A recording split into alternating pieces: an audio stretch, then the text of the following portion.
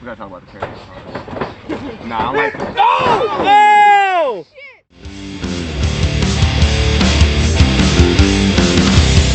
Hey, what's going on, everybody? So, as you can see, the little one is here, repping her new favorite t-shirt, Showtime Grimes. Shout out to Studio 22. Big shout out. I am also wearing my Studio 22 gear as well. So today, actually this week, I have a big match coming up soon with Ben Bishop. I think you guys saw it in the last video. I put it up on there, June 21st. It's gonna be awesome. But you know, we gotta do a lot of prep. So this week, DDP yoga. Got some more training going on up at the Sicend compound. And then we also have the gyms opening back up June 19th, which I'm totally excited about. So we are going to be doing a lot of stuff. You guys will be seeing the training and stuff like that. So guys, go ahead, you know, like we always tell you.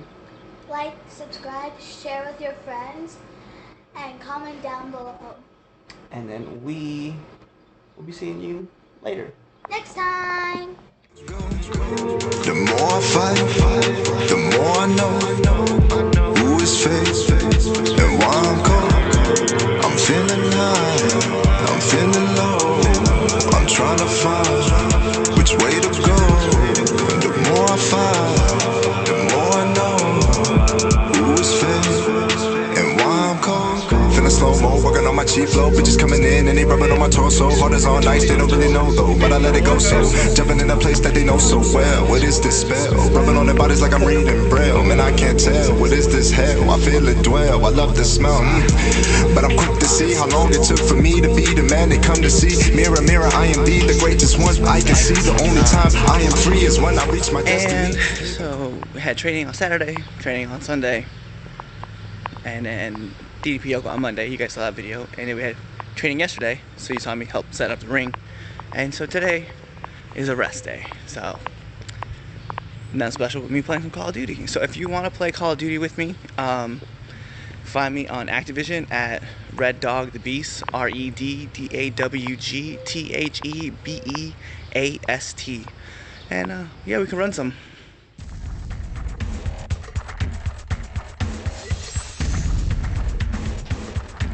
Hey Daddy, what are you doing? I'm going on a mission. Where are you going?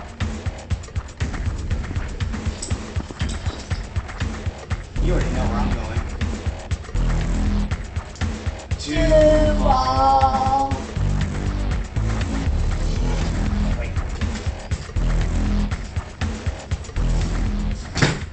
That's the wheel. You can see the red dog just like he sees blood in the water like a pit bull. He's like a pit bull. Look at him. He's just right back onto that left leg right there. It's all on BTBB right there. Hey, if he would be stupid to do anything otherwise. This guy is 6'2". Putting the torque on that leg right there, but BTBB just a stiff shot right there to the back of the red dog right there. Beautiful reversal. In this game, you gotta have aggression. Without aggression, you ain't got jack. I don't know what he thought he was trying to do right there. Oh my God! BTBB with a double.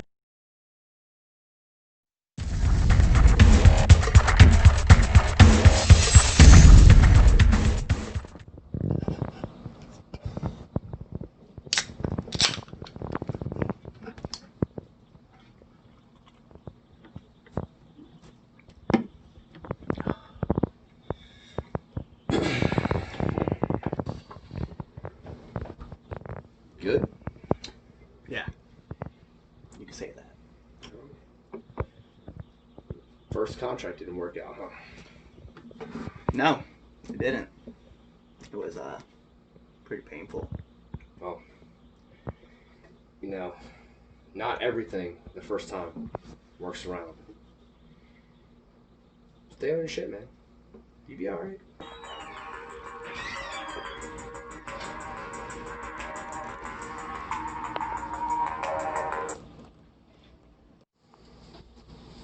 You got another job for me. Okay. No. That contract is still open, so I'll close that out. I'll take care of it. Yeah. Yeah, it's no big deal. Just send me the file. Alright, out.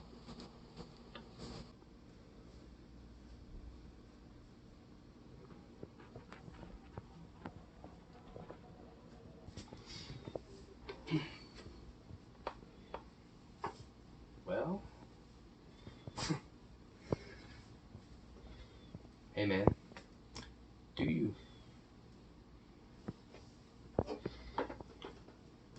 See you soon.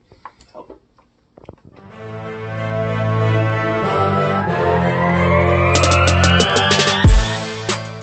the 3 Count Nation, how are you guys doing? I'm doing lovely. So before we get started with this video, Chaz has no idea what we have planned. So we want to throw him a big surprise. And if you stay until the end of the video, you're going to see the video that we displayed for him. So guys, thank you very much for watching.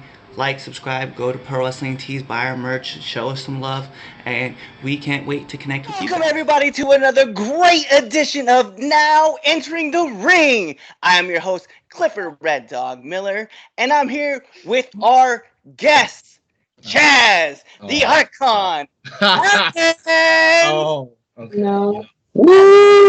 Foster. First, coming up. Although he is my tag team partner, he is the third man in this group. He is the 27-time champion, Corona beating man himself. Give it up for Chris Idol. Always happy to be here. I'm glad to have you on. And our other person on today on the roster, he only watches Wrestle Talk, he watches Cultaholic, and he watches What Culture Wrestling. His name is JJ. Well, right now I'm actually recording my brother on my phone, but what I like to say is happy Chaz Appreciation Day. I like to keep this. Oh, wait, hold on. I like to thank the sidewalks for keeping me off the street. I'd like to thank my brother for being an awesome brother and being the best brother I've ever had. I'm your only brother. That's the point, goddammit. Stop ruining the moment. The best brother anybody could ever have. And, you know, I love you and support you always. Thank you. And just on our show today. She is only here because her favorite wrestler is Sasha Banks, and coincidentally, the third top fan for Chaz Evans. Her name is Kira Keiki. Hi. So here's how it's gonna go down, Chaz. I know that you normally don't like to be the one asked all the questions, but we all came up with a bunch of questions, and I'm going to go first. So Chaz, the Icon, how did you get into wrestling? Going to Irish Whippy. Live. I believe that, though. That's the crazy thing. As crazy as it sounds, I believe that. Damn, that's wild. I've had my experiences, trust me. Oh no, we believe you because we've heard other stories from other people who have said some wild ass stories too. Well, there's one funny story I could tell. I think I've told Cliff this one where I gave a dude a brain buster, which we all know the move of brain buster. Mm-hmm. Yes. And I hear him afterwards. I pin him and I go, "You all right?" And he goes, "I think I fractured my ankle." I did. And I go, I look at him. I go, "Say that one more time for me, because I didn't hear that right." And you got, it's still the same brain buster, the same jumping one, the same dangerous one. And I'm like, "Your leg of all things." He goes, "Yeah, man, it feels funny." And I go, "You know what, kid? We're gonna call it right here." We're gonna call this here. Wow. So I've heard, trust me, I've heard crazy stuff. That's funny. Was this the one where you were telling me like he went up and like he figure four'd his leg or something like that as he was coming down? Oh no, that was another one. That was Fight where he messed up his own move. Yeah. That's another thing. People will people want to do stuff like I can't tell you how many times since I'm a springboard guy, they want to learn something. They go, "Oh, I want to try doing a 450," and I'm like, learn to jump first.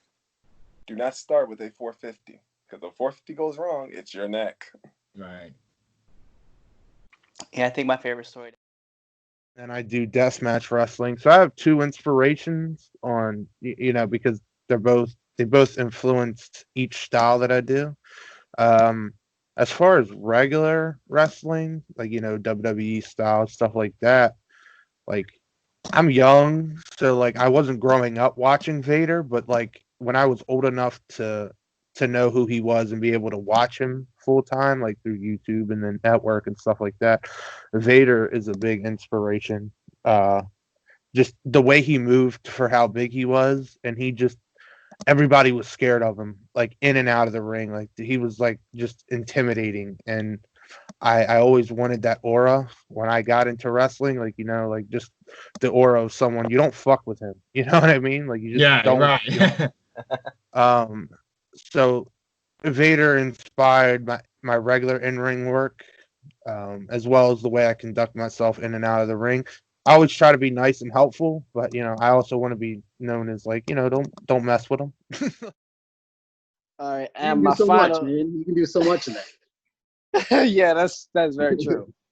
And my final question would be, what advice would you give to up and coming wrestlers that are planning to come into the industry?